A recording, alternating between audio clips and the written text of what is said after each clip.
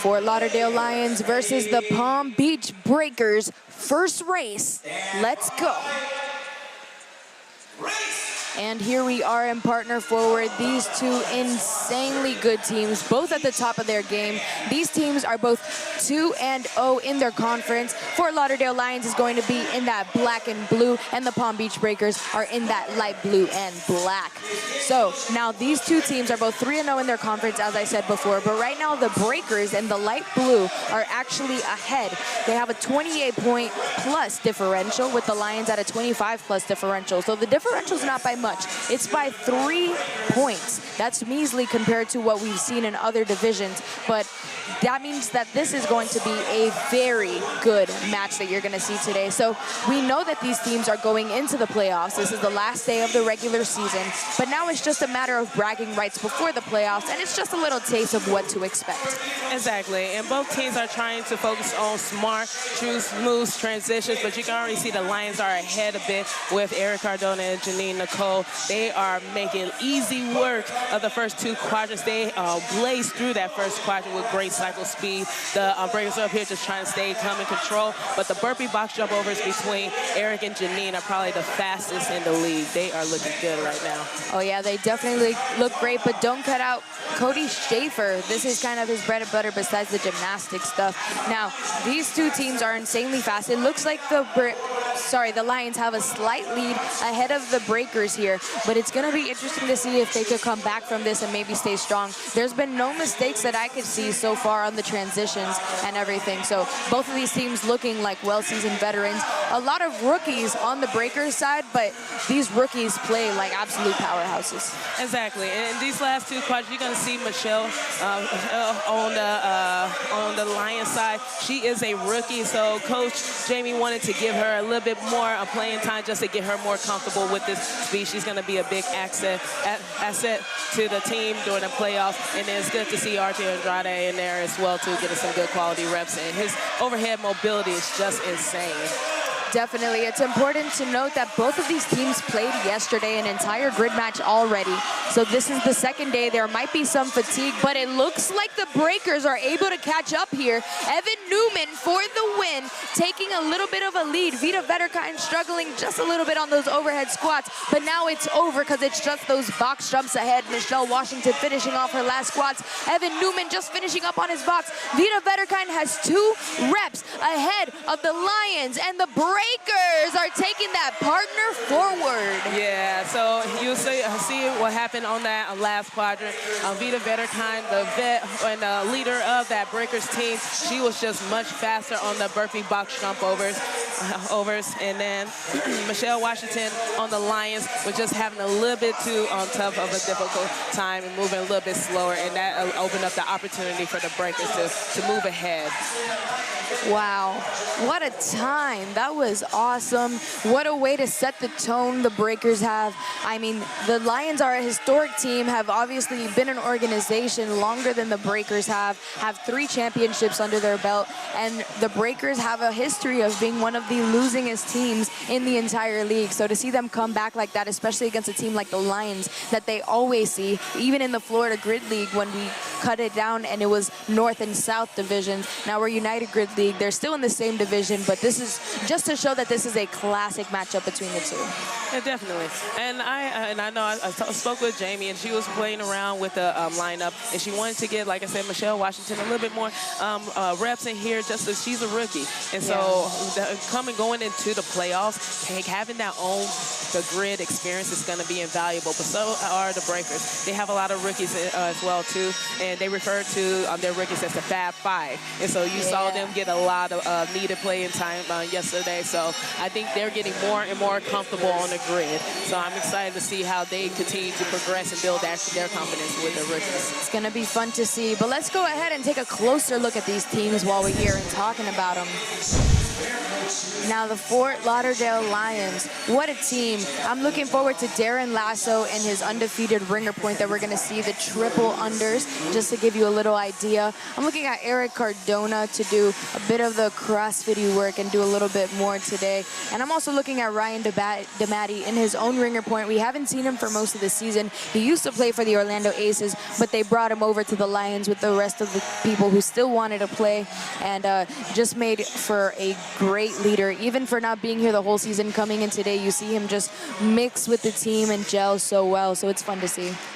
And I'm definitely going to look at, I may be a little bit biased, but I'm going to be looking at Janine Nicole. She only had 2 things to do yesterday, but today she's going to have a little bit more workload. And of course, there's a lot of bar-facing burpees, and she actually has the 2nd fastest time in the league next to Jess Crazeman when it comes to the bar-facing burpees. So you're going to be seeing a lot of her. But also looking at Megan Medeiros, she's been taking a little bit more of the utility roles, but she's going to be handling a lot more of the barbell and some of the body weight movements there. And then, of course, you cannot not look at Trisha Davis and Jasmine Simpson as well, too, handling that barbell work during the echoes and the ladder as well. It's going to be a fun one. It's going to be a fight for sure. Let's go ahead and take a look at the breaker side.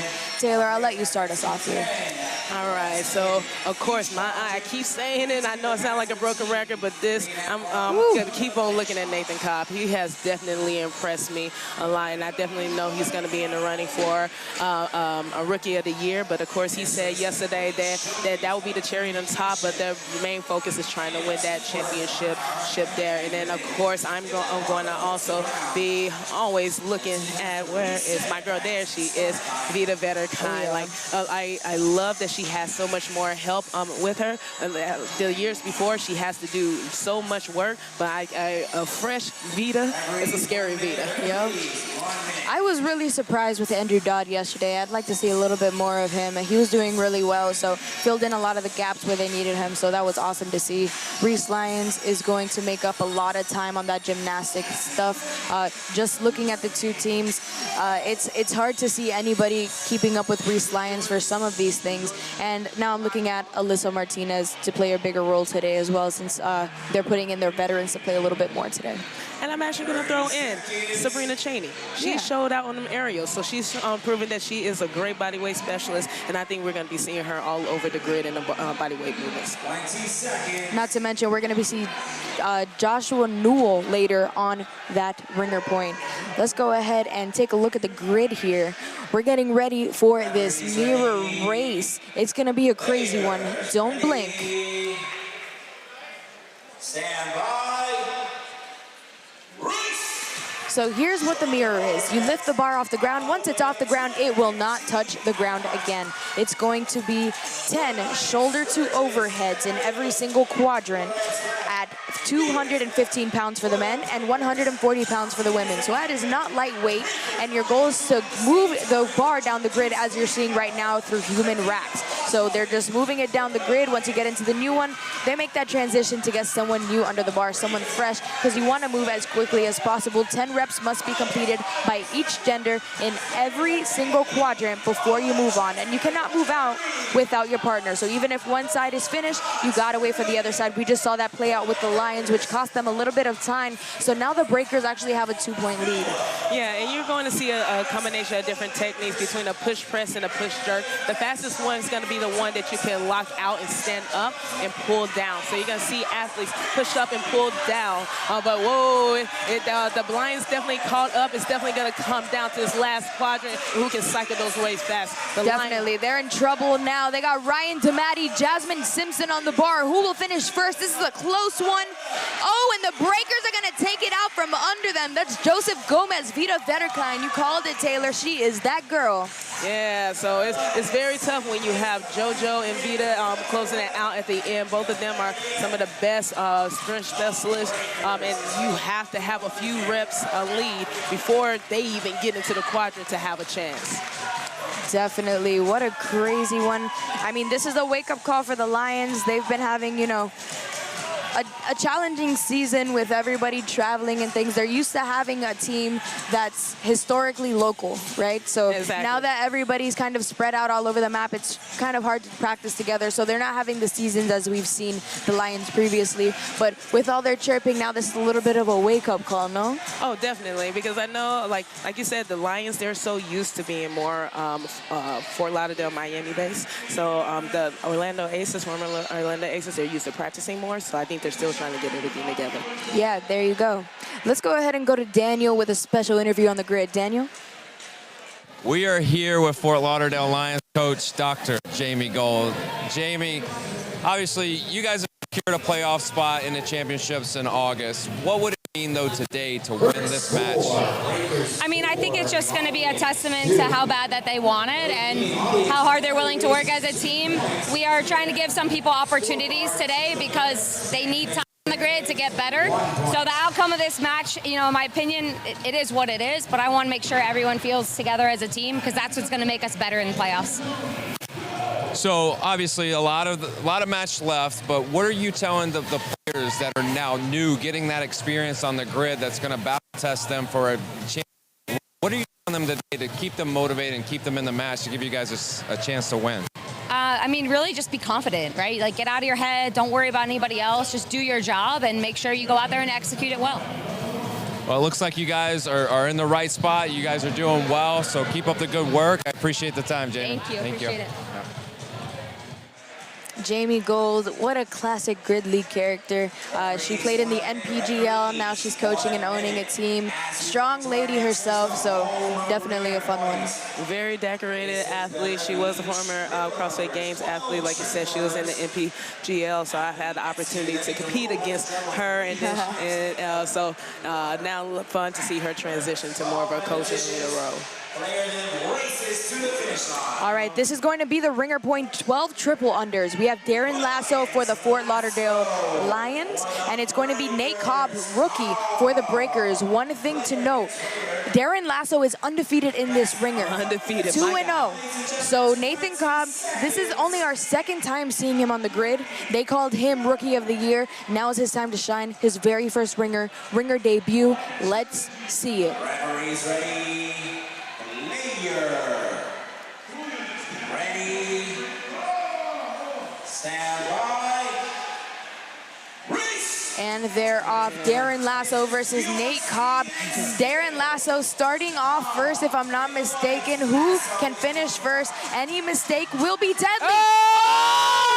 Oh! Nate Cobb with the upset. Whoa! They called their shot Rookie of the Year. They called it. Wow. Darren Lasso, previously undefeated for this Ringer, has just went down to potential Rookie of the Year. Wow, that was nominee. a huge statement. My God, Darren, he's the most, we call him Mr. Reliable. And I thought they were honestly going to throw the bonus flag. I didn't see it thrown, and I'm actually glad that they didn't throw it. But this is definitely Darren's first loss. It's a heartbreaking one. He's typically Mr. Reliable, but the jump rope is so scary because it doesn't matter how good you are, one small mistake, that's it.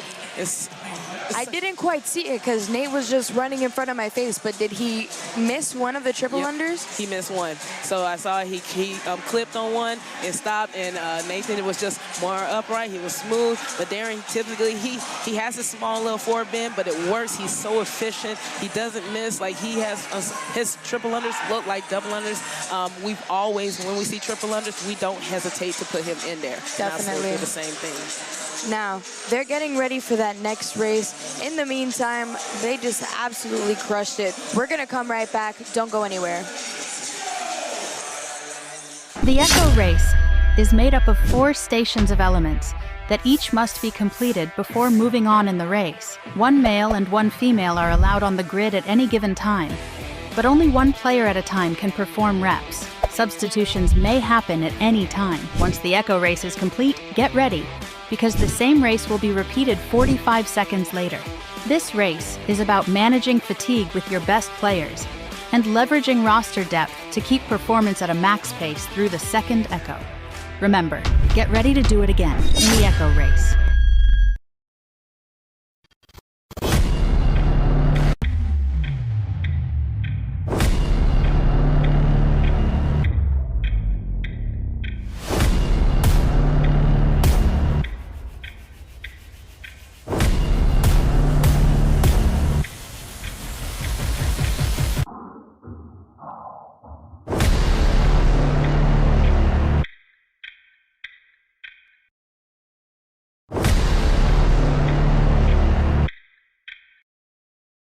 Hey guys, I'm Jordan Nicolosi, top producing loan originator at Premier Lending Corp. I'm a proud husband and father of 2 beautiful girls, self-proclaimed sneakerhead. I'm a firefighter, paramedic, avid subpar golfer. Mortgages aren't just numbers, they're homes, they're real lives, they're a chapter in somebody's life. I want to help you guys get to the closing table. I want to make it a stress-free process, and I want to give you the clear path to the home of your dreams. What makes me different? I move fast, I'm responsive, I'm available 24/7, and I'm there when you need me. I want to listen to your problems and make sure that I address them and set you up for success.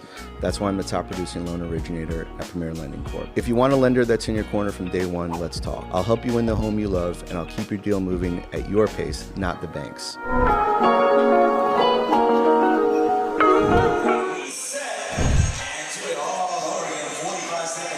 And here we go. We're getting ready for the Echo, and of course it's called the Echo because it echoes.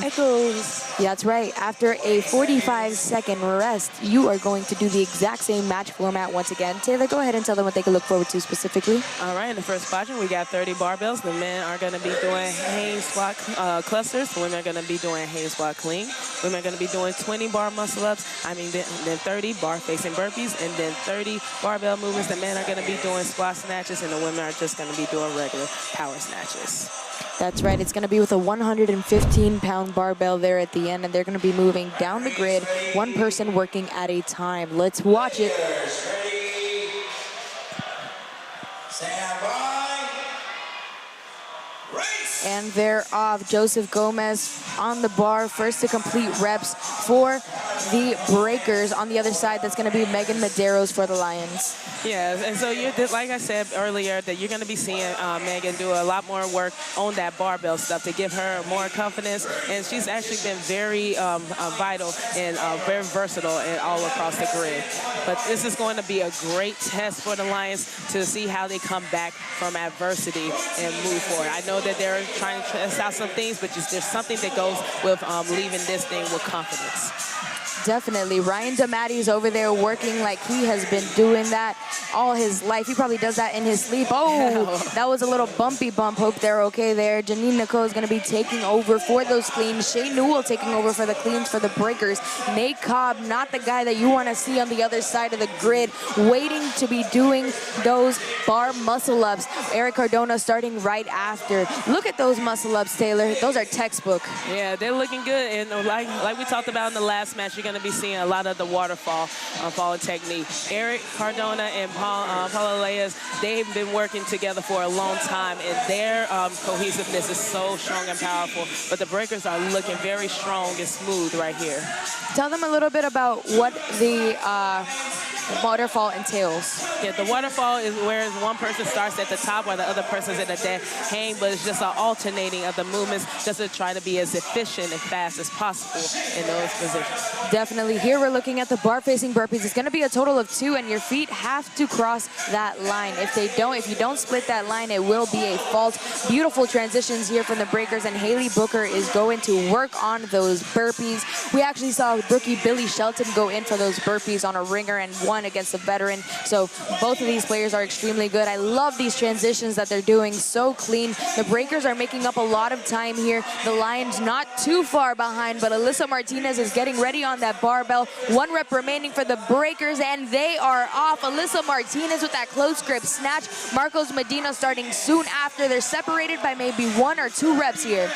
Yeah, and so you see that both teams started off with a different person at the end. The Lions started out with a male that they have to go into a full squat snatch, whereas the women, they do not have to do a squat snatch. They can just power it or muscle it. But so it's probably better for, if you have a strong female, to have them hold on to the bar for as long as possible. Look at Evan Newman all the way to the bottom of that snatch, but to the ground. He just gets right under it and muscles it up, elbows all the way up for that fast turnover. Marcos Medina doing the same thing on the other side. Remember, men have to do full snatches, women have to do power snatches. So it's really important that they keep their lead right here. 4 reps remaining for the Palm Beach Breakers. Lions not too far behind. 2 reps remaining. Can the Breakers keep it up?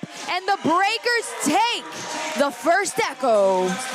Ooh, and they're looking confident. They're looking strong. They're not even breathing hard there. So it's going to be interesting to see if Coach Jamie adjusts some things. I see Eric Cardona kind of sitting down. How the morale on the team. I'm looking at body language, and right now the Breakers are looking confident. Even though that this is supposed to be a kind of a fun match there, you still have to do something. You got to show some kind of effort in there to make sure, because we got a long month ahead, to make sure that each athlete is feeling comfortable moving forward after this. Definitely. Memory of a goldfish, right, Taylor? Memory of a goldfish. There we go. Thank you, Taylor. Remember, it's called the Echo because it echoes. Echoes. So we have about 12 seconds left. It was a 45-second total transition time from the time that they both crossed the finish line. Really fast turnaround. Let's see if they switch their strategy. Stand by. Race. It looks like both teams are opting to do the same thing that they started with last time. Megan Madero's missing the clean on the first one, just a little too fast, not enough time to set up, but Joseph Gomez is flying through these things, going super fast. If the Breakers can make up some time here, then it's definitely going to work in their favor for the rest of it if they could keep that same strategy. Yeah, Megan, she had a little bit of fumble, but she picked up and recovered just fine. She did a great job of opening up her hips and making sure that she's heaving that bar off the shoulder. Ryan DeMatti is up there picking it back up. I think they're moving with a little bit more sense of urgency there. But let's see, the Breakers did a really good job on the muscle-ups. They look smooth there. So let's see if they can keep up with that same routine. That's right, no hands in the air quite yet, but these ladies are moving that barbell. Remember, hang squat cleans for the ladies. Hand up in the air for the Lions. Janine Nicole going through those cleans nice and fast. Lions have a good lead here. This is what they needed to come back on this second echo. It's gonna be a close one, just like the last one was. Nate Cobb is already starting on those muscle ups, and he is fast. He needs a waterfalling counterpart, because a waterfall, as we know, is one person working at a time. That's all we can do on the echo. So you just take turns going down and up and down and up, and if you go up at the same time, it does not count. Exactly, and the Lions are moving with a little bit more sense of urgency now, and this is what they needed right here. They needed to be woken up a little bit. This is the Lions that I know right here. They're looking a little bit more aggressive, so I'm hoping that they get to that bar before the Breakers do, because again, getting there before Vita and JoJo is going to be vital, but they are looking so much more aggressive. That transition, Cody Schaefer's ability to just go for those burpees is absolutely crazy. There was a referee, and Sabrina Cheney was getting down from the bar. Sabrina Cheney knew exactly where to step on the other side to make sure she didn't step on him, and that referee hauled butt out of there. But they are pretty close here. The Lions still keeping their lead. If they can keep their lead going into the barbell, it's anybody's echo too. Yeah, they definitely cut off. Cody cut off some time, and they're good. Whoa! They definitely shaved off some more time, but the Lions definitely, they got to the bar faster, and Marcos is moving with a purpose, and this is what you like to see. Definitely. The Lions are crushing that Marcos Medina powerhouse.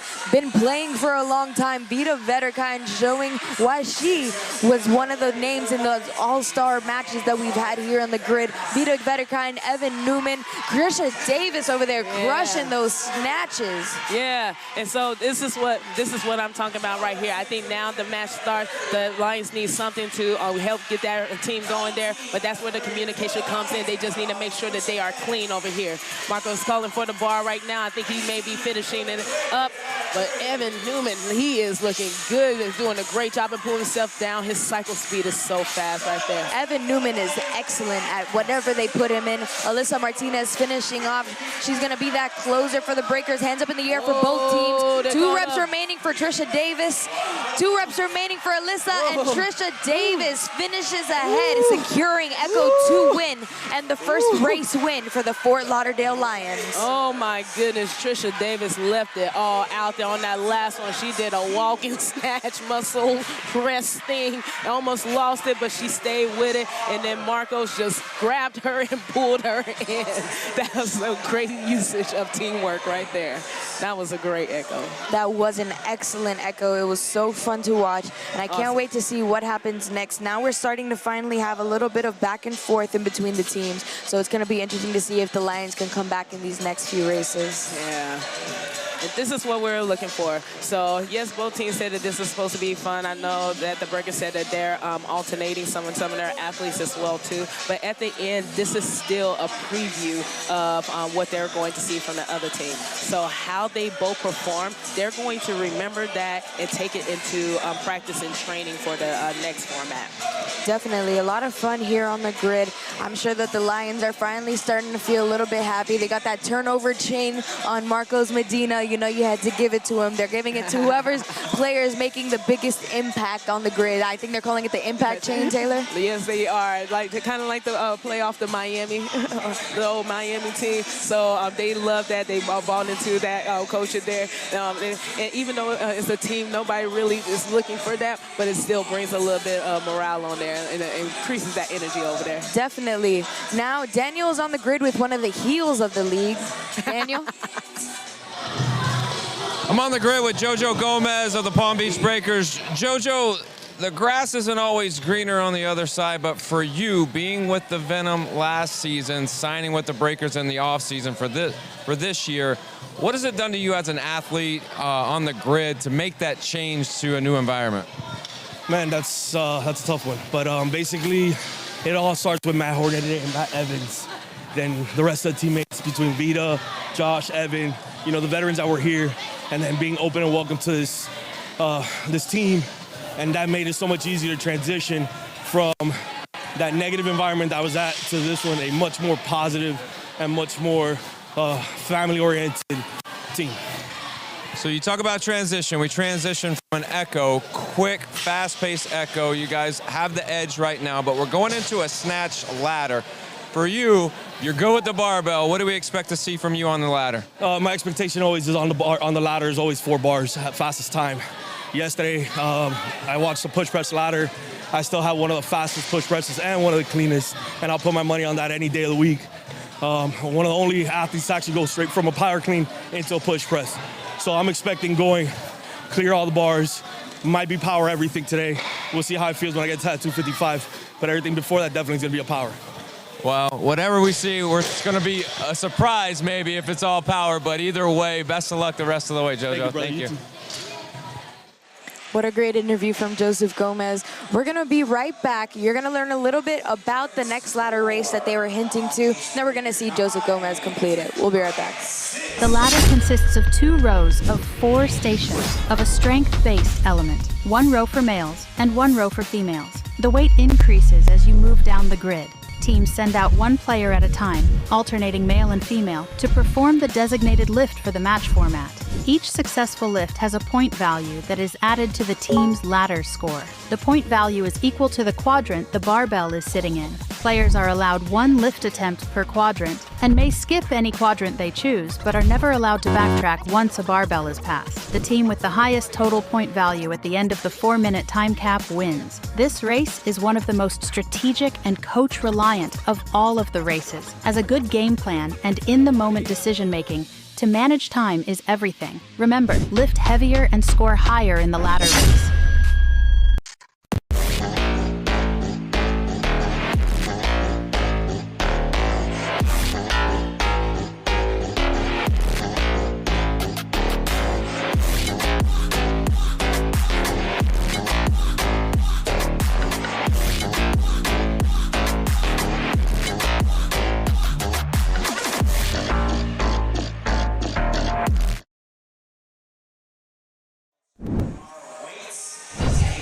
And we're back, getting ready for the ladder. This is Taylor's favorite, so I'll let you do this one, Taylor. It is my favorite ladder. It's the snatch ladder. The men's weight is going to increase from 195, 215, 235, and finish with a 255-pound bar. The women's weight is going to go 120, 135, 150, and finish with 165 pounds in that last bar. Each athlete is going to have an opportunity at 1 attempt at each bar to accumulate as many points as they can for their team. The points are going to be corresponding with that quadrant, that corresponding quadrant. So if that athlete clears the first bar, they'll get 1 point. If they clear the 4th bar, they'll get 4 points. So each athlete has an opportunity to gain 10 points for their team. Yeah, it's going to be a fight. I mean, there's strong players on both sides. Going into this one, the Lions are really good at ladders. The Breakers are as well, as far as this season goes. So it's going to be interesting to see who can pull this one out. About 22 seconds away from the start of the action. Everything here is on schedule. These two teams are fighting tooth and nail. Go ahead and drop a comment. Who are you going for in this matchup? Palm Beach Breakers or the Fort Lauderdale Lions? Chime in. Players ready. Stand by. Race. And they're off. That boy T starts in the first quadrant for the Lions. Alyssa Hoffman in the light blue for the Breakers. She is making lightweight of those power snatches. Very, very CrossFit style. Alyssa Hoffman's doing them. Taylor Sturgis's are a little bit more classic and prettier, which is, I think, a little bit more efficient. Taylor Sturgis at the bottom of the snatch, and he clears that snatch ladder. This is one of the hardest ladders, Taylor. It is, because it's all about skill and execution. The snatch, even if you are good at it, if you're a little bit forward or a little bit too much power, it's very hard to balance it. So you have to be fast, but you also have to be precise as well. Let's take a look at Josh Newell. He is such a strongman athlete at heart. Just throwing it up, close grip snatch. I'm just gonna press it up. Yeah, that's my thing. He turned into a muscle snatch ladder. I guess he forgot that he can bend his knees. He says it's much easier just to go from literally ground to overhead. Yeah, it looks like they gave Joshua Newell a fault on that last one because they were saying that it was too starfish, but the head referee caught it and he was able to say, no, that was a good rep on that fourth one for Josh Newell. Vita Vetterkind also just cleared the ladder. Ryan Damati, Strength Specialist of the Year 2023. Can he do it? Why was it even a question? Beautiful textbook. Here comes Joseph Gomez. He better back up that big talk that he was talking. He's on that second quadrant. He's on to the third.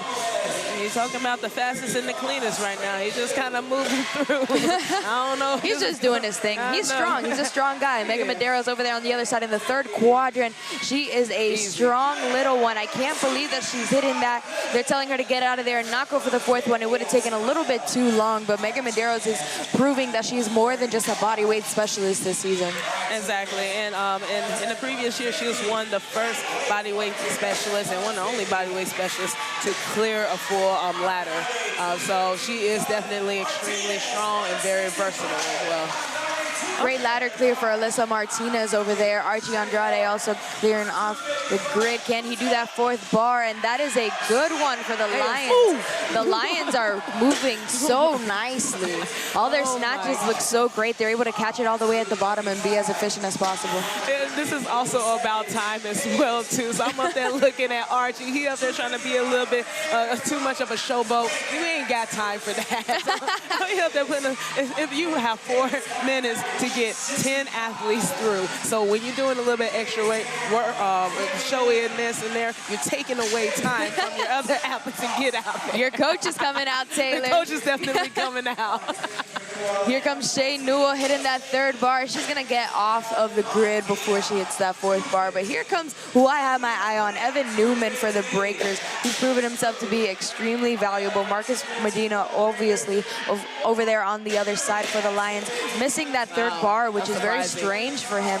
But Evan Newman for the third quadrant. Marcos Medina missing 2 bars in a row. Wow. Oh, that's something must have happened with the setback, with the setup, I'm sorry. That's definitely a costly 7 points for them. You just usually don't see Marcos miss many bars, especially 2 in a row. Like, he missed that first bar. That's why we said it's so much precision in here. He usually doesn't miss that bar, but for him to miss 2, something's going on. Wow, great save from Billy Shelton. Way to hit that in the third quadrant. She's one of the smaller utility athletes. Andrew Dodd over here, another rookie that's playing in Breakers. Someone that I'm looking at since we saw him play yesterday. There's only 15 seconds in the time cap. Eric Cardona setting up on the third one, and he's going to hit that third quadrant. The Lions needed that one for sure. 4 seconds to go. Can they finish? Janine Nicole. Oh, so close. almost had that buzzer beater. She didn't want. Almost. She was willing to let her shoulder come out of her socket for that one. Oh my goodness, that was scary. I was holding my breath. But she has a 170-pound snatch, so I know she's confident with that bar there, but it was definitely She very snatches rough. 170. 170 pounds. Wow. That little girl, She weighs 120, 129. Wow. Yeah. So she's a strong little one, so she can do it. And I've seen her touch and go 150 pounds on the power snatches. Yeah. So That is crazy. so she can do it, but when you're sprinting out there, again, it's all about that precision. It gets the toughest, it gets the strongest people sometimes, you know? You It have to does. just be able to move on and find out what's happening. I think their referee calling Matt Hornaday is trying to figure out if the one for Joshua Newell counted in the fourth quad. Remember, I was touching on that earlier. And they were kind of arguing with the referee down there because they were saying that the feet were too wide, but it looks like they did count that fourth one for Josh Newell. But we'll find out in a second from Daniel, the man, the myth, the legend himself, and he's going to give us a definite. Yeah, so we're definitely going to be looking at, it looks like that the breakers probably did take that, but we're going to be looking at if they covered the point differential. Yeah, we're going to wait just a second to get that ladder score for you. Before we go anywhere, you're going to find out first, but it looks like Jamie Gold has that bonus flag on the field for this next race, which is, guess what, Taylor? The ringer point. Yes, and I know who they have out there, and I am not mad at this decision. I mean, Ryan DeMatti is seriously skilled. We'll touch a little bit more on that in just a second, but let me throw it over for the ladder score. Daniel, tell me what. We got the ladder results. They are in, and it is going to be the Breakers taking it with a score of 84 to the Lions 67. So that's going to be a win for the Breakers in the ladder. Dominant ladder for the Breakers, winning by over 10 points because, of course, we know if you win by over 10 points in a ladder, the other team gets a 0. So the Lions are getting their first 0 today, and hopefully their only one. Hopefully, and we saw some crucial misses from the Lions that probably definitely aided to that, being able to cover that spread. So unfortunately that happened, but that's why you have to look at the depth of the team. Absolutely. Let's go ahead and take it over to Daniel with a special guest from the Breakers. Daniel? 84 to 67. Breakers take the ladder. With a 10-point differential, the Lions get 0. Ooh, it looks like the Lions are not too happy about that outcome, but there's more match to be done. Daniel's just grabbing somebody over here, but I'm going to go ahead and take it over to them now. Daniel? Grid with Billy Shelton of the Palm Beach Breakers. Billy, rookie season, you and I talked prior to the season starting, and you were like, I don't know if I belong. You're almost a full regular season through the year. Do you belong? It took me a lot of fun off plays, but I definitely belong here on this team for sure. I don't think if I went into any other team, it would be the same. What do you guys got to do? Keep the momentum going and to win this match. We just got to stay together. Same thing we've been doing all year. We are one big family here, and without that, you know, we couldn't be doing what we're doing. Well, I appreciate the time. Best of luck. Thanks, Billy. Thanks for that, guys. We're getting ready for this next ringer point race. It's going to be Ryan DeMatti of the Fort Lauderdale Lions versus Josh Newell of the Palm Beach Breakers. This is Ryan DeMatti's first year with the Fort Lauderdale Lions. He's previously from your team, the Orlando Aces. And Joshua Newell is one of those strong guys like that you just... What did your parents feed you for breakfast when you were a kid? And I really want to know that because he is just a powerhouse athlete. This is Ryan DeMatti's first time doing this specific ringer point. I touched up with him earlier, but he was a previous 2023 strength specialist of the year. But of course, that is before Joshua Newell came into the fold. So we're going to see how they fare against each other here. I know Joshua Newell is extremely confident in his abilities in this one. Ryan DeMatti as well. So we're going to see how this one shakes out. This is a tough one. Ryan DeMatti, Joshua Newell, farmer carry, 215 pounds per hand. Stand by. Race. And they're grabbing and they're running. Joshua Newell with the slight lead, but you can't let them tilt too much. It's a close one. Oh! It's a Joshua Newell, he fell forward. He didn't finish. Whoa. And it looks like Ryan DeMatti took that one. Whoa. Wow. Whoa. That was a tough fall as well. Oh, I hope Josh is okay. That was a tough fall. Hope he's okay. That was a heck of a ringer. Hopefully he's okay. He's throwing up the thumbs up. Oh, wow. Nobody wants to win like that. Yeah, so, wow.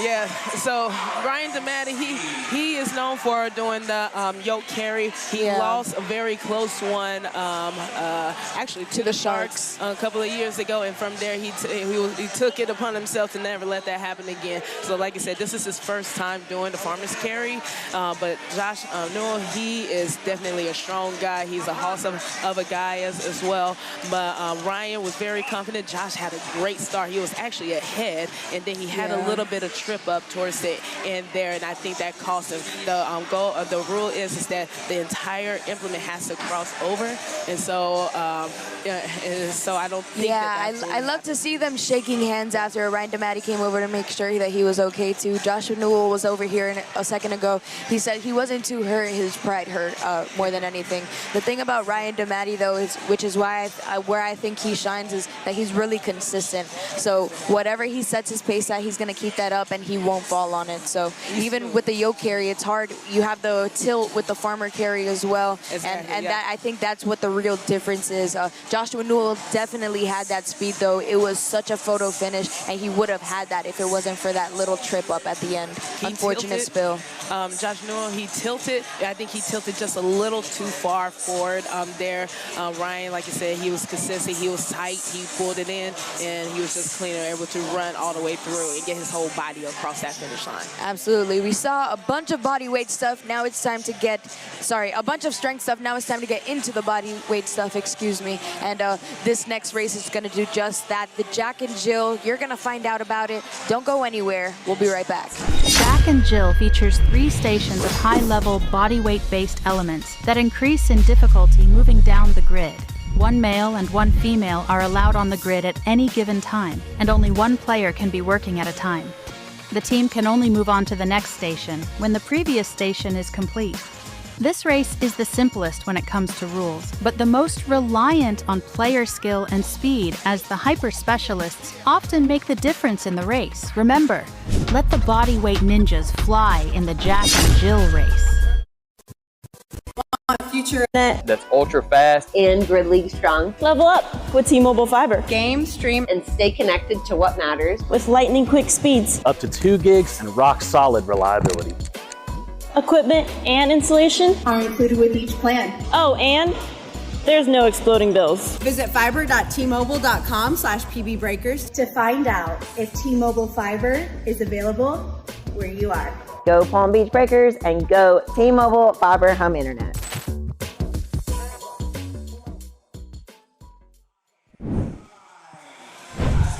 And we are back getting ready for some body weight on Body Weight Specialist. Talk to me, Taylor. All right, this is going to be a fun 1-2 watch. We're going to start off with 60 chest to bar pull-ups, following into 30 double touches, which is a toe to bar into a chest to bar. And then we're going to finish with 15 triple touches, which is a toe to bar, chest to bar, and a bar muscle up will equal 1 rep. That is right. Now, the Breakers benched Jonathan Restrepo yesterday, so he is fresh today, so I know that he's probably looking forward to doing this race. I see him with his grips on over there. Hopefully, Eric Cardona doesn't have his illegal grips on today. It's a little inside joke if you didn't watch the match yesterday. But a lot of things happening on the grid, exciting stuff. The Lions are going into this as kind of like the Jack and Jill standard for this one in particular. So we'll see. Evan Newman coming out with Billy Shelton. Paula Leyes with Taylor Sturgis on the other side. Of course, they're doing that waterfalling technique. Yeah, so you see, this is their first time really working together. They're a little bit out of sync right now, so they're having a hard time just syncing up, and the communication is off. So right now, actually, both sides aren't really doing a good job with waterfalling, so they got to get a better job with the communication. There they go right there. So with a waterfall, one person has to be at the bottom when the other person is at the top for the refs to count. So Taylor is a little bit more of a longer athlete, so the timing has to be good. So Paula has to pull a little bit harder in there to make it line up. Definitely. It's a 60 total chest to bar. Janine Nicole is waiting to do those the double touches in just a second. She actually got onto the wrong ring, but it didn't matter too much because now it's her turn to shine and do her thing. Oh, there's still chest to bars left. Oh, wow. Yeah, so I think there was a little bit of communication error between Taylor and Paula, so they didn't accumulate as fast as they would. So Janine was supposed to start at the double touches, but she had to come in and clean up the rest of the chest to bar. You got to pay attention to your referee, even if you don't hear them. You got to see it in your peripheral vision if they're giving you faults or not, because you can't just come off the bar because you did a certain number. Nathan Cobb is on the bar for the breakers. He is a big dude. That's some big gymnastics over there. But now Janine Nicole's time to shine for the Lions over there. It's hard to waterfall these, as you said earlier, Taylor, just because they're so fast. Billy Shelton is going to be taking over. I think the breakers had a slight lead going into this, but we'll see how it shakes out on the next one. Oh, it looks like Darren Lasso's onto those triple touches. That is not a man that you want to see on the other side of the grid from you for these. He is so good at all of these gymnastic stuff. He is, and I think he has a little bit of bone to pick after losing his first ringer point. So he's saying he's not going to lose this triple. He lost his triple unders, but he is not going to lose these triple touches over here. Definitely not. He did not come to play around here. All of these athletes traveled to Houston, Texas. Most of them we're in Dallas, Texas. I don't know why I said that. From Florida, most of them. So it's interesting to see the intensity, and the Lions are going to take that Jack and Jill. Wow. There you go. And we saw this in the last match as well, too. This is why you don't give up.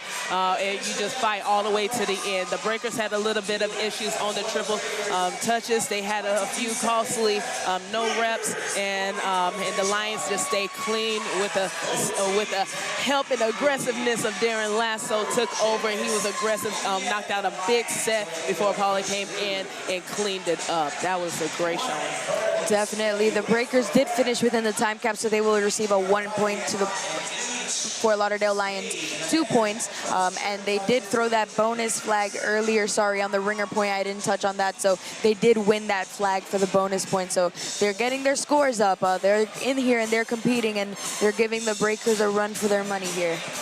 And this is why when I was coaching, I would always tell my athletes, like, I don't care what the score says. You play all the way until the end of the sprint relay.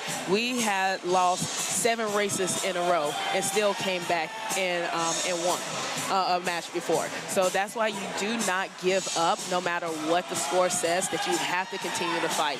There's 2 races, two matches that you're playing.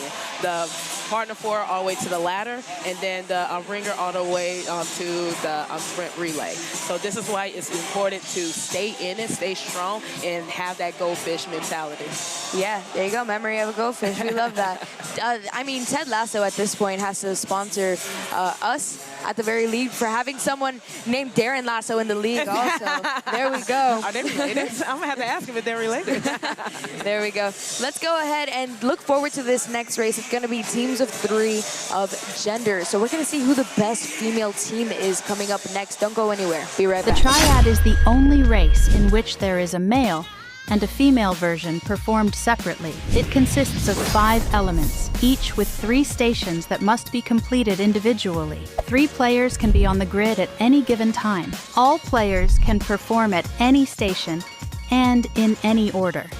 But all of the designated reps must be performed at each station. All 3 stations of each element must be complete before the team can move on to the next element. The Triad is all about player conditioning and managing fatigue across the team. The best strategy ensures players have enough left in the tank for the last element and has backup plans for when things inevitably go wrong. Remember, try to catch your breath in the Triad race.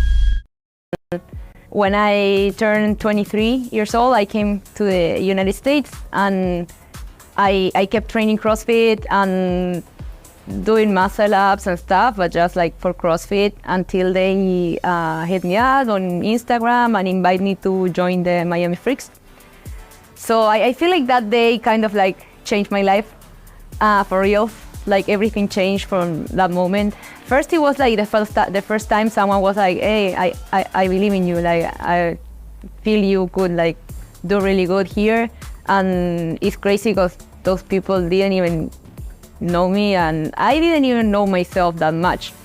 But the next season, our coach Storm, on a team meeting, was like, if anyone could learn the butterfly muscle ups for this season, like it would be a game changer. And it's not that he said Paula, but I kind of felt like it was like directed to me, and I would like practice almost every single day, just recording myself and trying to get something and watching the video and watching the other on YouTube and doing like screen records and put it in a slow motion and kind of like studying the motion. So not only my body, but my mind could understand what it was about. But of course I didn't get it on the first time or second, but it was one day that I went to sleep and I closed my eyes, and that was the night I could picture myself doing it. Like I was able to see it on my mind. I pictured myself doing the movement, and I woke up the next morning, I grabbed my grips, went to the Zoom and to the gym, and I hung on the rings and I just did it. And it was really, really exciting.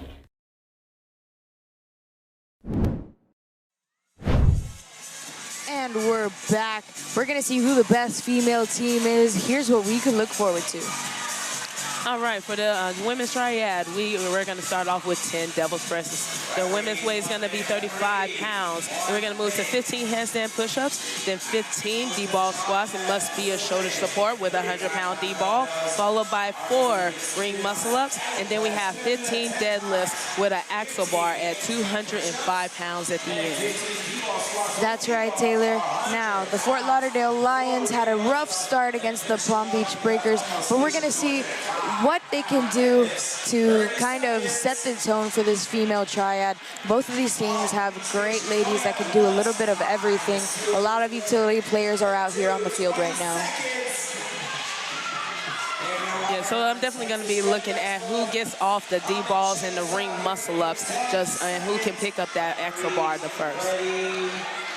Let's see it. Best female team.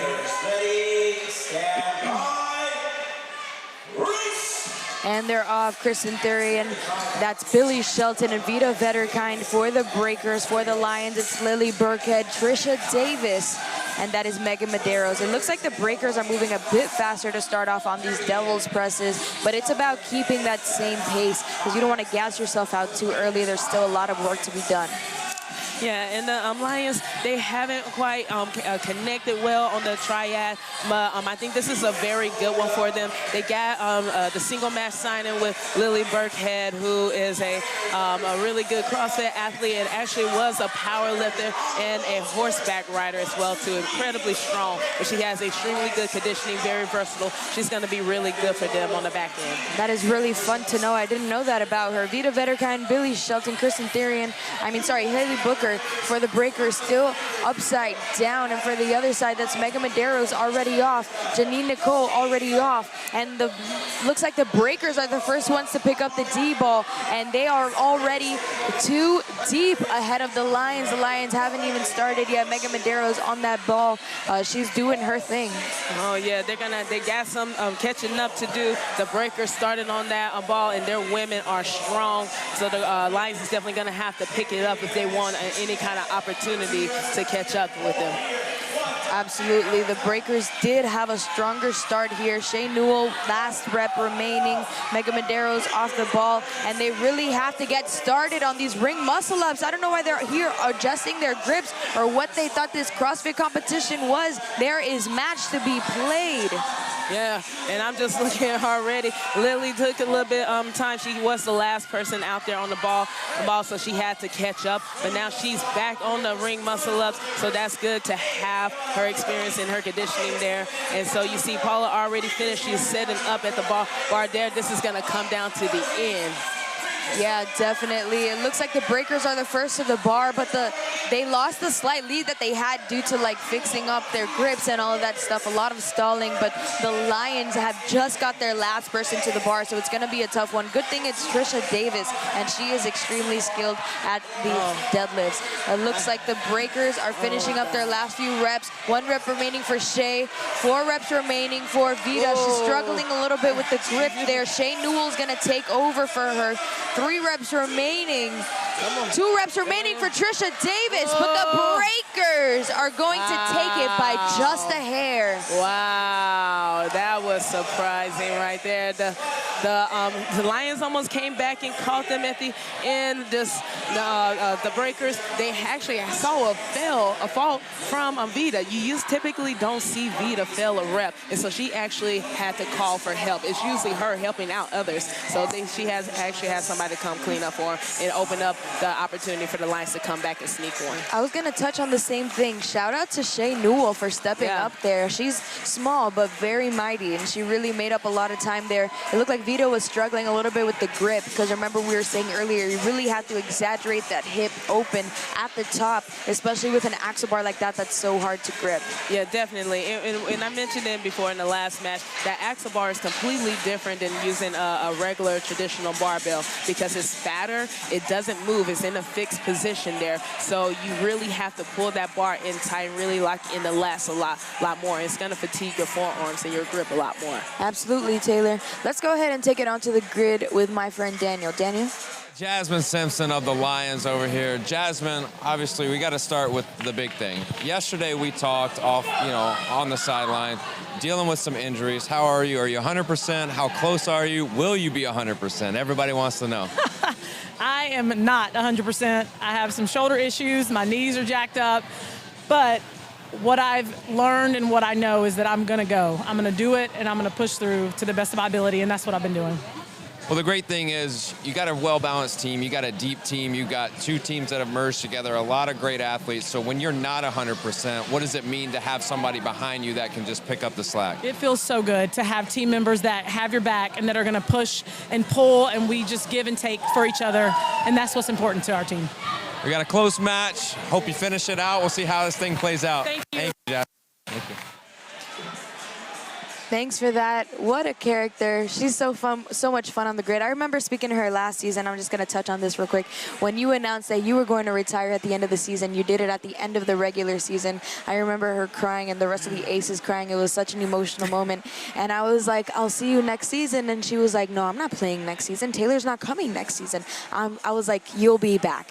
You're way too good to not be back. And I've spoken with her, and she was, honestly, she was on the fence. She wasn't going to come back. But she grew really, really close with my partner, Janine Nicole, and they're a package deal. So when I said I wanted to try to sit them up with somebody that I knew had the reins, could lead, and with Jamie, and they talked to each other, and then they was like, if we're going to do this, we're going to do it together. That is awesome. We're going to get into the male triad now, but before that, we'll be right back. I don't want you to go anywhere. Never want to admit aloud that I was depressed, but I was saying it out loud. I probably was. In 2017, I had a heat stroke during military training, which caused kidney failure and rhabdo, and then that later put me into a permanent profile. And with a permanent profile, you have to get out of the military. I just wanted to have my whole life dedicated to the military, being able to prove to them and myself that I belonged in there. I was in denial. Coming back home, it was just, it was hard. Josh did a video for me also for Grid. He wanted me to be the Punisher as a character. That's actually a really cool character, because the Punisher was military and had that darkness essence to him. It just brought out my actual personality, wanting to be shown as you don't want to mess with her type thing. I already have a hard time expressing myself. He portrayed on how I want to be looked at.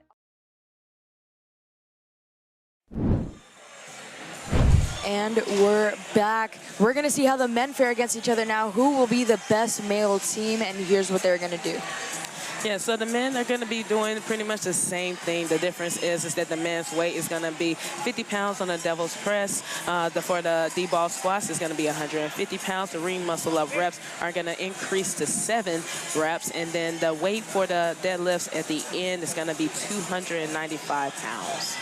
That's right, Taylor. Now, going into this male triad, the breakers look pretty confident. Matt Hornaday was out here. He was like, we haven't even put the big boys out there yet. So they definitely have some size on the Lions, I think, as far as how many big men they have. But there's not only just the big men movements. There's a few other things that need to be considered. So it's all about that transition time here.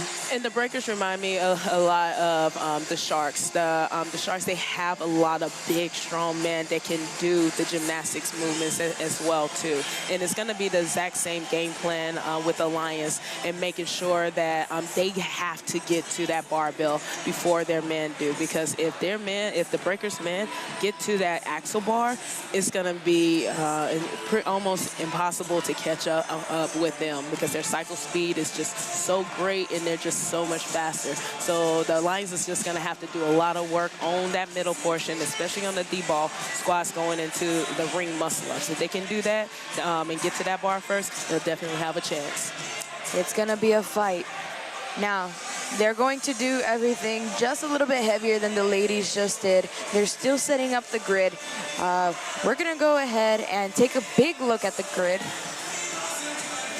Now, where do you think the difference maker is going to be here, Taylor? Let's bring out the fun toys. Yes, I'm so glad we got this back.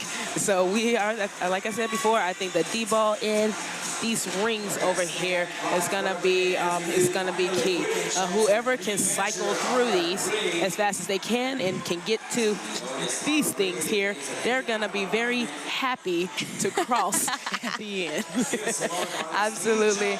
It's hard to make up time, especially on the axle bars. They're really hard. They're just so thick. Like, they're just like these ginormous axle bars, and they're crazy. So it's definitely going to be a fight here. Here we see all of our Valor Fitness equipment. You can see Valor all over the place here. Shout out to Valor Fitness for providing all of the equipment that you see here on the grid.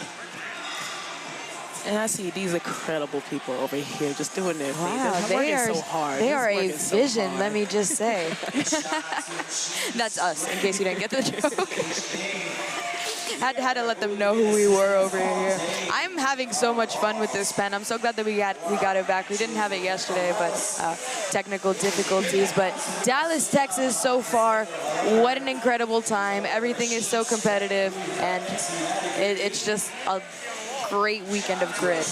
I'm seeing some interesting techniques happening, and I'm trying to figure out if we're going to see some interesting new techniques being done today.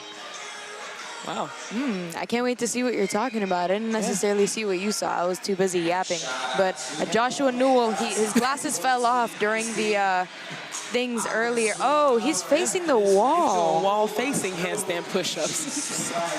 I don't know if that's allowed. If they're talking it over, we may see a first ever in the league. But so it looks like we're going to see a first on the grid. He's facing the wall. Not sure exactly why he will be facing the wall, but it's definitely probably most likely going to happen with Joshua Newell. I was just going to touch on the fact that he changed his glasses after he fell off of the farmer's carry.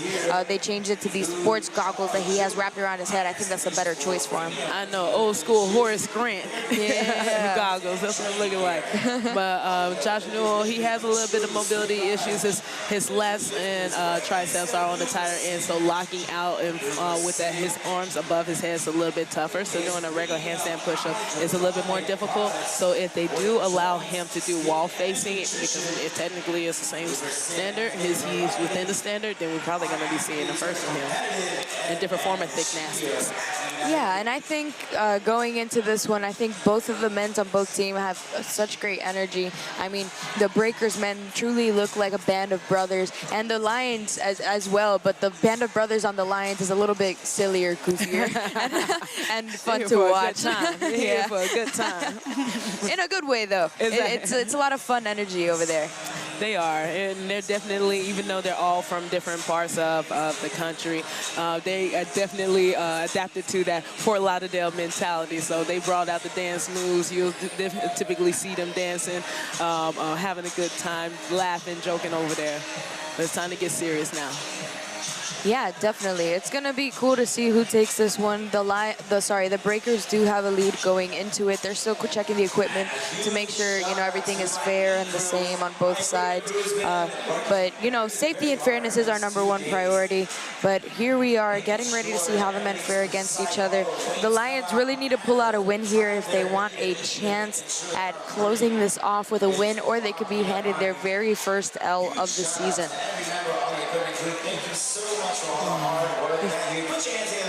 While we're here, go ahead and comment down below. Where are you from? All right, I'm from Miami. And Taylor is from Jersey City, New Jersey. What do you guys eat over there? We already talked about that. I haven't had barbecue since I've been here. You know what I've had, though? Dutch Bros. Have you been? What is Dutch Bros? So it's like a coffee place. It's like a drive-through. It's only a drive-through. You go to the drive-through, and they have a million bazillion options to choose from, and they even have a lot of sugar-free options. Really? And it was just so good. And they don't have those over there in Florida, but they have them everywhere, kind of like in the Midwest, Western, Central area. So I've been to there in Arizona. I've been to it here now in Dallas, Texas. I've been to it in Colorado. I never even heard of that. So the next time I'm in the Midwest, I'm going to have to check that out. You're going to have to check that out today, Taylor. We're going to have some Dutch Bros. I can say I'm already jacked up on caffeine right now. I don't know if my nerves in these grid matches can take it. Fair enough. I think we would be in trouble if I was drinking that right now. Back to grid, though. We're going to see who the best male team is over here. There's a lot going on, a lot on the line for the Lions. The Breakers are trying to secure this win. If they could pull it off here, it's pretty much safe for them. Referees ready. Players ready. Stand by. And they're off. Joshua Newell, Jonathan Restrepo, and Nathan Cobb over here for the Breakers. Jonathan is moving really fast. I know that he's excited to get to those handstand push-ups. He's one of the fastest males in the league. Now Ryan DeMatti, Eric Cardona, and that's Taylor Sturgis over there for the Fort Lauderdale Lions, chipping away at those. I think the Lions might actually moving a little bit faster than the Breakers here. What do you think, Taylor? Yeah, and they have to. Like I mentioned before, the Breakers have some of the strongest men in the league. So the Lions have to do their work in the front end to make sure that they have enough time when they get to those deadlifts to put a lead on there so they can have a chance of winning. That's right. It looks like Taylor Sturgis was already 3 reps in before the Breakers even turned upside down. Nathan Cobb not able to do them strict. He is having to use that momentum to do them. Joshua Newell is not backwards. He is doing them with momentum, though. He's not going as fast. It looks like Jonathan Restrepo is going to take over for Josh Newell, which is a really good call, and that's going to bring out Jojo Gomez to go to that D-ball. Evan Newman already picking up the D-ball. 1 rep remaining, and Evan Newman is going to go ahead and start there, but the Lions already have all their players doing these. Yeah, this is exactly what the Lions need to do. They needed to be aggressive at the end because if you look over here at the Breakers, their cycle speed is just much faster, and they need to go. Taylor is taking his precious time, and he needs to get up there because these boys, they will not be easy on these rings. Definitely. It looks like Nathan Cobb is finishing off the last 3 reps, but the Lions are already deep into their ring muscle-ups, and Eric Cardona is on the other side. I mean, come on. What a dude. All of these guys. Eric Cardona is so good at butterflying these muscle-ups. He was in the first season that they did butterfly muscle-ups in the National Pro Grid League, which is now a defunct organization and has become what it is today, which is, in my opinion, even better. The Lions, all of them are at the axle bar in that 4th quadrant. They have to do so many axle bar deadlifts. It's 15 at 295 pounds. That is a thick bar over there, hard to grab. And the Lions, like I said, they did exactly what they need to be done, but that still doesn't mean anything. I see Darren Lasso, he had to drop that bar. So he may need some help, but they just need to hold onto that bar There we go. Let's see if they finish it up. And they cross over. They did exactly what needed to be done. And the Lions are going to secure a chance to take it to the sprint, to take the match in the sprint relay, excuse me. Oh, man. And so the game plan worked out. So I see the Breakers is up there. JoJo pulled over Josh Newell. They know that they will finish. They're just up there. You just pointing, delegated, just so they're making sure they're getting clean reps. They don't need to go fast. They just need to make sure that each rep is counted. Absolutely. So much work being done by Nathan Cobb today. I'm sure he's gassed out after all of that. He didn't get the chance to, switch out. He did a lot of the work today. So did Josh Newell. But the Lions were able to prove themselves as the best male team there. Yeah, and that was what the Lions needed, especially going into not only the sprint relay, but going into the championship or the playoff weekend. Because both of them, both teams, they both have something to prove. This is the Lions, one of their first times of getting everybody together, still working on that cohesiveness. And like Coach Jamie said, it all depends on how bad that they want it, and you see they are definitely fighting there. The Breakers, they're fighting for their first opportunity, or they're going to be in the playoffs, but they're trying to make it to the championship. So this is a great test for both of them. Yeah, I mean, the Lions, if they could pull off a win here, it would be a bit of an upset at this point. I mean, the Breakers were at the top of the league as far as the point differentials go. So now for the Lions to take that back and have that shot is just proving that they were such a close matchup. Now we're going to take it onto the grid with Daniel. Go ahead, Daniel. We're here with Taylor Sturgis. Taylor, it's become our tradition. After male triad, we pull you over. The only difference today is you're behind. Usually we talk and you're ahead. So what's the message now that you're a point behind? We're just telling them now that this is the playoff game at this point. This is who we're playing first in the playoffs. So we're trying to make a statement. We're trying to go at 4-0. That's it. So as you guys get ready to wrap up, you're right here in the match. It's going to come down to this sprint relay. I saw you guys huddle up. What is Coach telling you guys? To step on their necks. There it is. Step on their necks. Taylor, I appreciate it, brother. Thank you. He had to do it to him. That's crazy. Thanks for that, Taylor Sturgis. Please never stop interviewing Taylor Sturgis. So good. Love everything that he has to say all the time.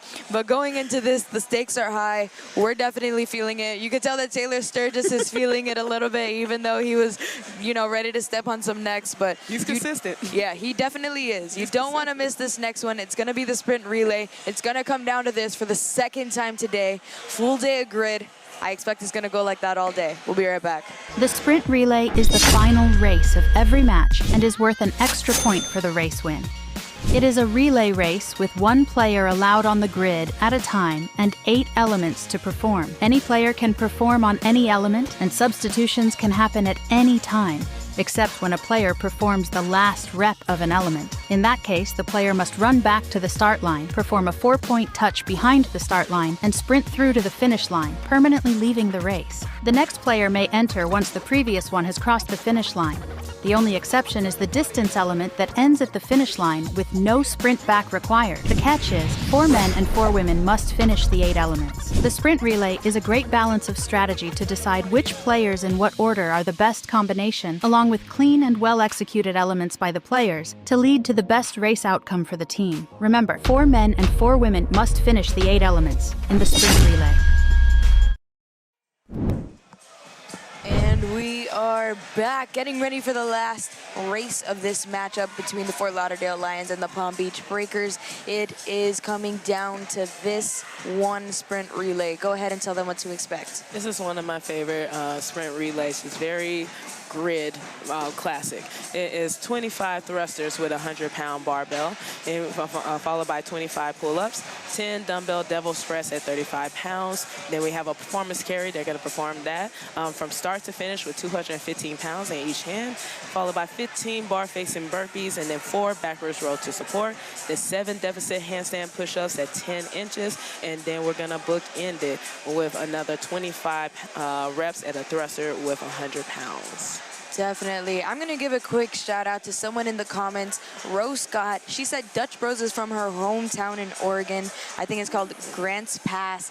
She used to play for the, well, let me tell you her history. She used to play for the Sharks, then for the Breakers, then for the Venom, and then for the Breakers last season for, I believe, half the season or maybe a few matches. And now she's watching and supporting her team that she keeps going back to from home. So that's awesome. She's a grid legend. She's incredibly stupid strong. Stupid strong, stupid fast, athletic, just all over the grid. She could do the gymnastics. When you coming back? There you go. And also shout out to Valrico, Jupiter, Louisiana, H-Town down there in the comments. Keep telling me where you're from. Even if you're watching not live, it's going to be a fun time to just see where all our friends from around the globe are from watching this amazing sport. And maybe we could get a team to you. Ooh. Yeah. We have a New York team coming next year, so where else are we going to see? That's right. I know that the New York team is actually having a combine soon, so if you're in the Northeast and interested in playing grid, that might be in your future. You might want to look up United Grid League on Instagram and get in contact with somebody on that page. So this is going to be a lot of fun. I'm up there looking at the athletes warming up, and just like the last match, this is going to be crazy, and I'm excited to see where each team their field and their women at, because I think it's going to come down to where they can fit their women at. It may be at the high skill movements, such as the deficit handstand push-ups or the burpees, just to allow a guy to have some advantage over like some of the dumbbell stuff. But this is going to come down to that middle portion. Yeah, definitely. It's going to be a fight. It's going to be a tough one. I'm excited to see if the Lions can pull this one off. They had a rough start, like I said earlier, but the Breakers are proving they are not the same Breakers team that they've been in seasons previous. It's been a long fight for them. It's been a long fight for coach and owner Matt Hornaday, losing people, putting his team back together, putting the current team that he has and putting the right pieces to gel with them and fill in those holes that he had. And by gosh, has he done that. Exactly. Cycling through coaches, and then he's like, but he never did give up on this team. And he's like, forget the coaches, I'm going to coach this. And then he brought in Matt Evans, and they created an incredible organization this year. And they look clean. They're doing things differently. They have the mantra, the ones that stayed, and they are living by it truly. And I love it. I love seeing it. Yeah, it's a lot of fun. So going into this next one, they're still checking the equipment. We do apologize for the delay. We're out here trying to figure out if the equipment is fair, if everything is where it's supposed to be, and if everything is safe for all the players. You don't want to have anything in the way that'll cause harm to the players. Safety is our #1 priority here in the Grid League. Smiley face. I'm having too much fun with this pen. I got to put it down. I know. I'm so glad it's back. We were sad yesterday. We were so depressed yesterday without our little pen, but gladly we have the best live stream crew in the entire universe, and they were able to get us back on the road with this pen. Shout out to the live stream crew. They work extremely hard, and I saw the camera athletes. They are athletes. I'm calling them camera athletes. I was about to say, they're in a league of their own with all the running that they have to do. There's very few sports that use human cameras and move at this pace. So the fact that they're able to do that is ridiculous. I saw them trip over implements and still keep their balance. Yep, people trying to kick them, and you know, they're in people's way sometimes, so they got to be pushed. But you know, it's all love out here, and they know what this job entails. It's an extreme sport, Taylor. It is. Even trying to get the footage. 30 seconds. I'm shaking. I don't know if it's the caffeine or the intensity.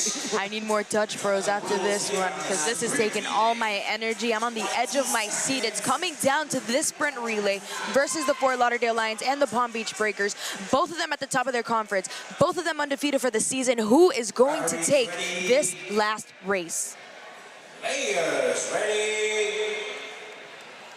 Stand by. And and they're off. Evan Newman to the barbell at the same time as Taylor Sturgis. They're just about rep for rep.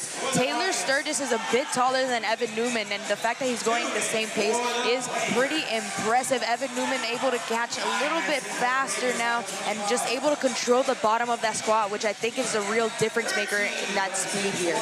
And it looks like both of their athletes are prepping to have a woman finish with that last rep there. Again, you have to have 4 men and 4 women cross at the end, and so whoever finishes the last rep has to run off. Yeah, we just saw that happen with Evan Newman and Alyssa Martinez, and she is out of here. It was her birthday yesterday, and her birthday wish, I'm sure, was to secure a playoff berth for her team, and she has done that. Kirsten Therian is coming out for those pull-ups. It's going to be 25 total, and they can butterfly, because remember, this isn't a test of fitness, it's a test of speed. And you see Paula Lea's, her cycle speed is crazy fast. I think she caught up a little bit, so she is moving fast. She's definitely shaved off some reps, so it's gonna come down. Whoa, definitely, it's a tough one. Paula was able to catch up. I mean, she was doing that chin just barely over bar, which is pretty risky because you're risking a fall. But that short range of motion definitely worked out in her favor. Vita Vetterkind, powerhouse for the breakers. Darren Lasso for the Fort Lauderdale Lions going head-to-head. It's the same weight for male or female sprint relay. Gender doesn't matter as long as 4 males cross the finish line, 4 females cross the finish line. 35 pounds in each hand, 10 devil's presses. Vita Vetterkind finishing off her last rep. Darren Lasso finishing off his, and Vita is off of them first. She's gonna hit that 4-point touch, and the breakers have regained their lead with her. Darren Lasso limping a little bit. That one hurt him. Woo. Now it's a farmer carry to the finish. Joshua Newell's not gonna make the same mistake twice. He is running down that thing, and he is showing what he was supposed to do earlier, but didn't get a chance to showcase.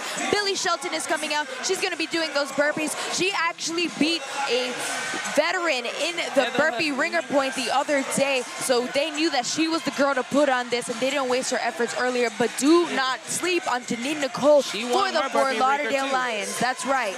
Yeah, she won her burpee ringer too, so you have 2 champion burpee, bar-facing burpeer, and Billy Shelton just got off just a little bit faster. Yeah, it looks like Billy Shelton is making up some speed for her team. Janine Nicole going to the finish line, but Reese Lyons is on those rings, and he is coming out for those 4 backward roll of support. Not the guy that you want to see on the other side from you on the grid, but Eric Cardona is there too. This is a fight. 1 rep remaining for both. Oh, Eric Cardona cut up. Woo! Yeah, that's why he's the best. He's the best to ever do that. And that's why you have a veteran that like momentum that into it. That pause at the top cost Reese Lyons some time. But here comes Jonathan Restrepo coming out for the handstand push-ups. Megan Medeiros on the other side. She's one of the fastest in the league, period. 1 rep remaining for her. She's going to hit that 4-point touch. It's getting closer, Taylor. Whoa, we're getting closer to the end. It's a 4-point touch. And they're going all the way to the end. After that, this is going to be the last one. It's going to be 25 thrusters. Who can do it faster? Former Rookie versus a veteran. Future Rookie of the Year. We got MVP and Rookie of the Year candidate. Whoa, this is coming down to this, Taylor. 25 in total. No hands in the air quite yet. 100 pounds on the bar. Who is going to finish it first? Who wants it? Who wants it? They're hot. They're hot. No hands up. I don't know where they're at, Ryan's Taylor. a little bit Hands shorter. are in the air for Ryan Damati. It's going to be a foot race. Ryan Damati. 1 rep remaining, and Ryan Damati has to finish quickly. Can he finish the 2 4-point touch and go to the finish line? And the Fort Lauderdale Lions have secured themselves as the league leaders. Oh, there's a coach's review. Of course there is. That's a referee review thrown as soon as it finished. Woo! Oh my gosh, my heart can't take much more. I cannot. Oh my God. There's a referee review on the table. It's not quite over yet, folks. Oh my goodness. This is why y'all need to show up in person. You do not want to miss this the next time it's in your city. Oh my Lanta. Woo, I'm trying to catch my breath here. Oh, God, I feel like I'm back on the grid. I think Daniel's trying to figure out what exactly is happening with the referee review, what the referees are deliberating here. It was thrown on the Fort Lauderdale Lions side, so it looks like something might have happened there, so we can't call them the winners quite yet. I think they're challenging Ryan's last rep to see if he controlled it or not at the top. We'll see. I didn't think that that was the thing in question. Interesting. Ooh. We're gonna have to find out in just a minute. But it looks like Daniel has some information from us. Thank goodness, I was wondering. Daniel, can you tell us a little bit more about what's happening here?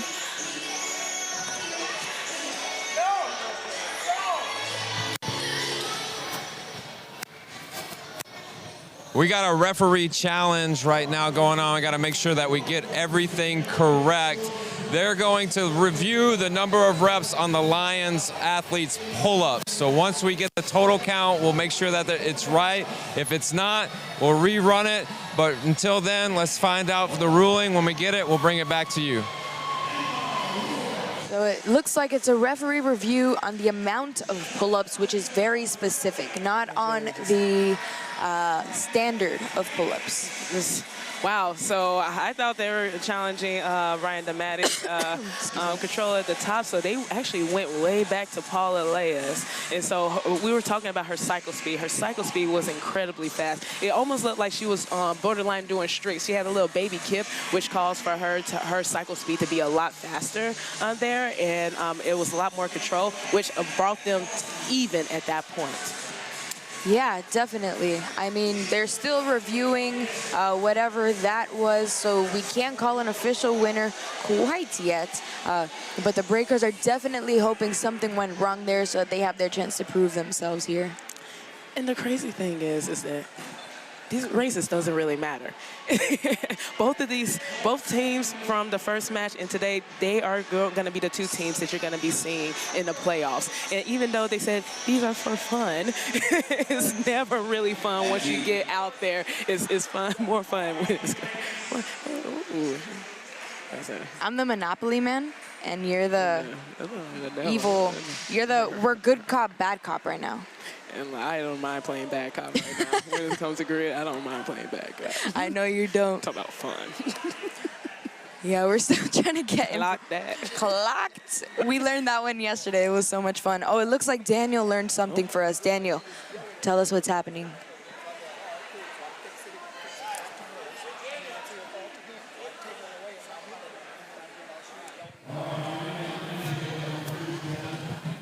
All right, the ruling is in. It looks like the referee's count was off, so they're going to rerun the last 4 elements. A lot of excitement. Stay tuned, because when we rerun it, we're going to find out the winner of this match. Wow. All right. So no winner quite yet. Oh. They're going to be rerunning the last 4 elements, Taylor.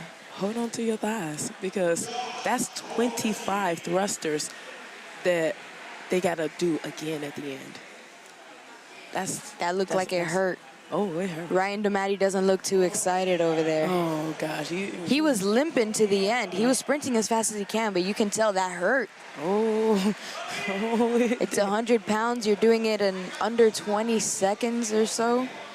So now they're going to look at if they're going to use Ryan again or if they're going to put in somebody else in there. And so I think the Breakers are talking about how they're going to do this, because, well, how the rerun is going to go, they're going to rerun the last 4 elements, which is going to be the 15 bar facing burpees, 4 backwards row to support, 7 deficit handstand push-ups, and then 25 thrusters at 100 pounds. So you have to have 2 men and 2 women cross at the end. So you're going to send out the best of the best out there. So I have a feeling we're probably going to see Janine, Nicole, and Billy Shelton. Billy Shelton. Billy Shelton go head-to-head again. And then you're going to see another head-to-head between Cody Schaefer and Eric Cardona, which you saw that Eric was able to come back and make up some serious time there. And And so just don't know who is going to finish with the thrusters. I definitely agree with you. I think that the breakers maybe have a few people that can kind of, fill in any spot, but the Lions, it's a little bit tougher, especially with it being like the backward roll to support kind of movement. So we'll just see in just a second. All these teams are just finding out for the first time that is the ruling. The breakers are going to get their chance to do it again. They should look happier. They got to perk up. This is their chance to come back here. It's those last 4 elements. They're able to to fix their mistakes that they made last time. So it's basically a rematch. I'm sure the Fort Lauderdale Lions are not happy about that. But we're going to be starting from the 4 backward roll to support into the 15 bar facing burpees into the backward roll to support, the deficit handstand push-ups into the thrusters. That is going to hurt. Who do you think is going to take this rerun? Oh my gosh, I don't know. Grid. Grid takes it because Grid wins. This is an incredible match. We win. I feel like I won, that's for sure. Oh, God. Comment down below. I'm interested to see who the breakers put out there for the handstand push-ups, because Megan Medeiros, she is one of the best out there when it comes to the 10-inch deficit. So I'm pretty sure they're going to have her out there doing that. So the breakers, they need another woman out there. So they're probably going to have somebody do those deficits. So I don't know who that person is. They got a lot of talent over there, so we'll see what happens. Yeah, it's going to be a lot of fun.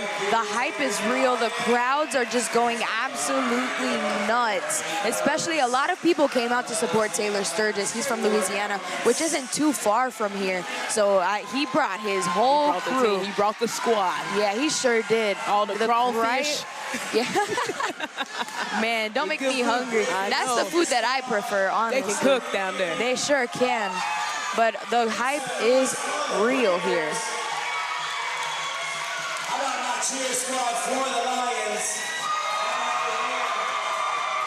A lot of people here for the Lions.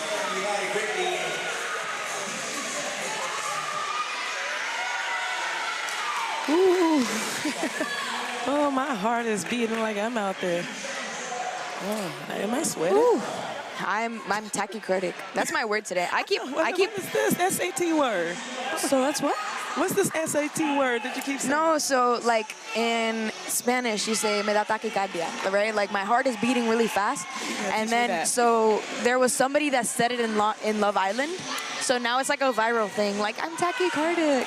And Love Island is super viral right now. I haven't watched it, but it looks a lot of fun. My athletes in my Power Hour class, they keep talking about it. And I'm like, I've never seen it. I guess I'm way behind, so I guess I got to catch up. So the universe telling me that I need to catch up with Love Island. Yeah, sounds like it. They're probably Team Amaya. She's from New York. They were talking about something about Amaya, but I was like, I can't join in this conversation. So I'm going to ask them. All right, ask them and let me know so I know who we're rooting for.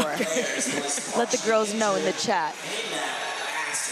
Getting ready. They're still resetting up. I'm not sure exactly what the delay is. I think they're just going over the rules and making sure that everything is going to be in the spirit of fairness here, but definitely a tough one. Definitely a tough call for people to make here. Dan, we almost got a whole entire 1 hour break, Taylor. Oh my goodness. But of course, it wouldn't be Grid if we don't have a rerun. Yeah, definitely. It's been a lot of reruns. It's been a lot of really close matches. I think this is one of the most exciting weekends of Grid that we've had in a very long time. The talent level just keeps getting closer and closer and more competitive and more competitive. But we'll be back in just a second. Keep your eyes on the Grid and don't go anywhere. There's still no winner.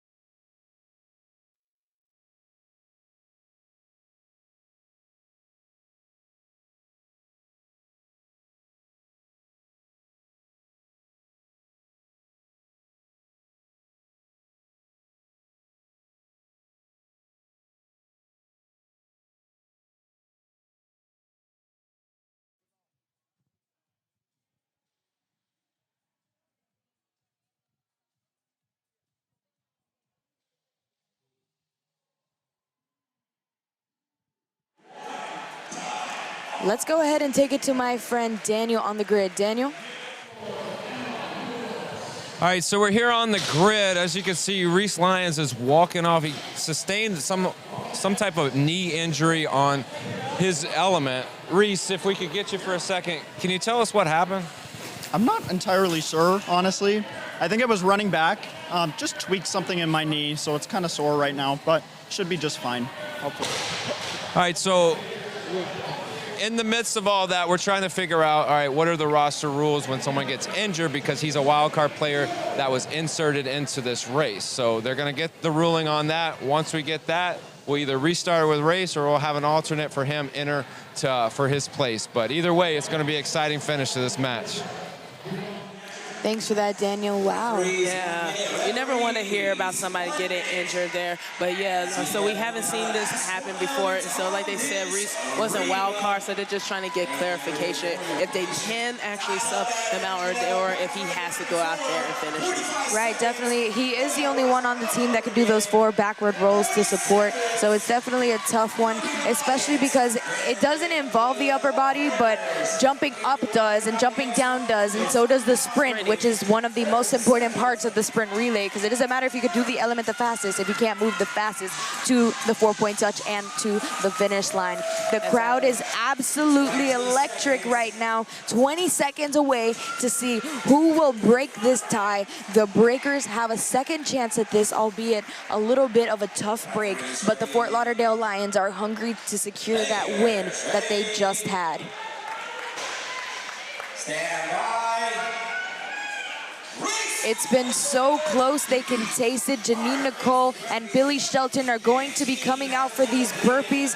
It's 15 bar-facing burpees, and your feet have to split the pole. We saw them do it earlier. Billy Shelton finishing just a bit sooner than the Janine Nicole, so it's going to be a tough one. Yeah, Janine looks like she is actually picking up a little bit better. They actually were able to start at the same time. Whoa! Actually, both of them. So Billy came back and caught her at the end, but both of them are positioning a little bit of fatigue, but that was a good way of Billy to stay with it. Definitely. I'm sure the breakers are happy for this opportunity to have another chance here. Reese Lyons coming out for these against Eric Cardona. They are just about rep for rep now. I'm sure Reese Lyons is not going to make the same mistake resting here at the top, and it is a sprint. Wow, for a hurt knee, Reese Lyons is killing that thing. Eric Cardona finishing just a hair afterward. Kirsten Therian's coming out. Megan Medeiros. Kirsten Therian is a rookie, but Megan Medeiros has been doing it for years, and it shows in the way that they're doing these right now. They're saying, you got to hurry up, Kirsten. We can't wait for you to do these. Megan Medeiros was able to secure a lead here for that one. Kirsten's going to have to run for that 4-point touch to bring out Evan Newman, because here comes Marcos Medina for those 25 thrusters. It's hard to make up time here, but if anybody can, it's Evan Newman. Marcos Medina on that 4th quadrant. He has a steady lead of about 2 reps ahead of Evan Newman. We're going to be seeing who finishes first. No hands in the air quite yet, but this one hurts. 100 pounds for 25 thrusters all the way down, all the way up, full range of motion. One of the hardest things you can do. No hands up yet. Hand up in the air for Marcos Medina. Hand up in the air for Evan Newman. 1 rep remaining for Marcos. And Marcos Medina is running fast enough. It's going to come down to the sprint. Can he make up the sprint? Oh my God! Oh my gosh! I can't. My heart can't take much more. Oh my God! And Marcos Medina, it looks like he is going to secure the win for the Fort Lauderdale Lions. Wow. What a race to the end. He was kind of chilling on the sprint over there, but once he saw him, he booked it. Whoa. Marcos, Mr. Marcos Medina. That was absolutely insane. What a match between these two. Mr. Marcos. What a time. They lost by just a hair, and they had the opportunity to redo it. The Fort Lauderdale Lions are going to secure their top spot if the point differential shakes out to be that way. But they are going to secure the win for what we're going to call for today's purposes the pre-playoffs, because they will have a chance to rematch in August in Kissimmee in Florida. Wow, what an amazing time. The Breakers definitely came and showed out. One of the closest matches that we've seen. I feel like I've been saying that all weekend long, but it just keeps getting truer and truer. Man, the MVP of that goes to Megan Medeiros right there. Yeah. She's not just fast for a woman, she is just fast. She is one of the best out there for the deficit handstand push-ups right there. And going against her, like, she has not lost one. And this just shows right there just how valuable she is. She gave Marcos a great lead because Evan Newman came out there. I saw his eyes closed. He 100%, he treated this like the championship. This was a great, great battle on both sides. This is why we say you have to fight all the way until the end. The Lions got off to a slow start. The Breakers came in with a purpose, but this is why you stay in it. Here's where I'm going to call out the Lions. Why they never put the impact chain on a woman? It's grid, y'all. You gotta give some love to Megan Medeiros. Look, Marcos Medina did amazing, but they need to for Megan and Marcos, because Marco, my guy, his legs was hurting. Oh, I'm sure they he were. was going stiff leg, because Evan was right there. He's Superman. I think Evan's Superman from the third quadrant to the finish line. They did amazing. These teams all love at the end of the day. Classic matchup. The Lions are going to take this win, but we'll see if the match format better serves the Breakers next time around. The next match will be at 1 o'clock today. We're going to watch the Las Vegas Venom versus the Houston Bandits here in their home state of Texas. We're having a great time here in Dallas. Anyway, I'm Cassie Martinez. And I'm Taylor Stallings. And we'll be back at 1 o'clock.